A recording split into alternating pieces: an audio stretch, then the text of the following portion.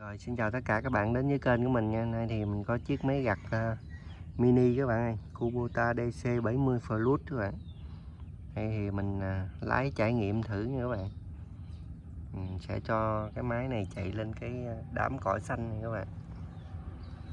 Đây, giờ mình đẩy mái che lại nè. Bày đứng nha, chỗ hứng lúa các bạn. Rồi giờ mình cho máy khởi động nha các bạn.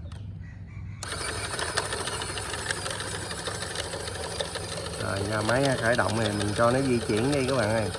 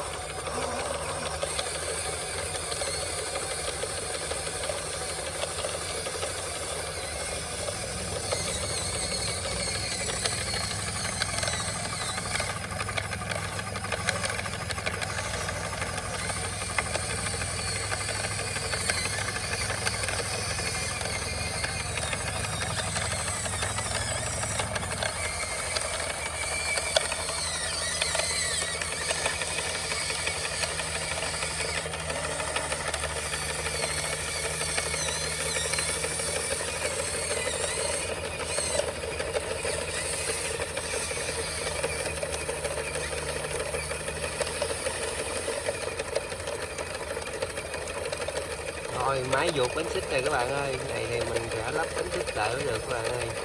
Này cắn vô cái cây này. Rồi sau khi đã lắp bánh xích thì hiện giờ mình tiếp tục cho máy khởi động các bạn ơi.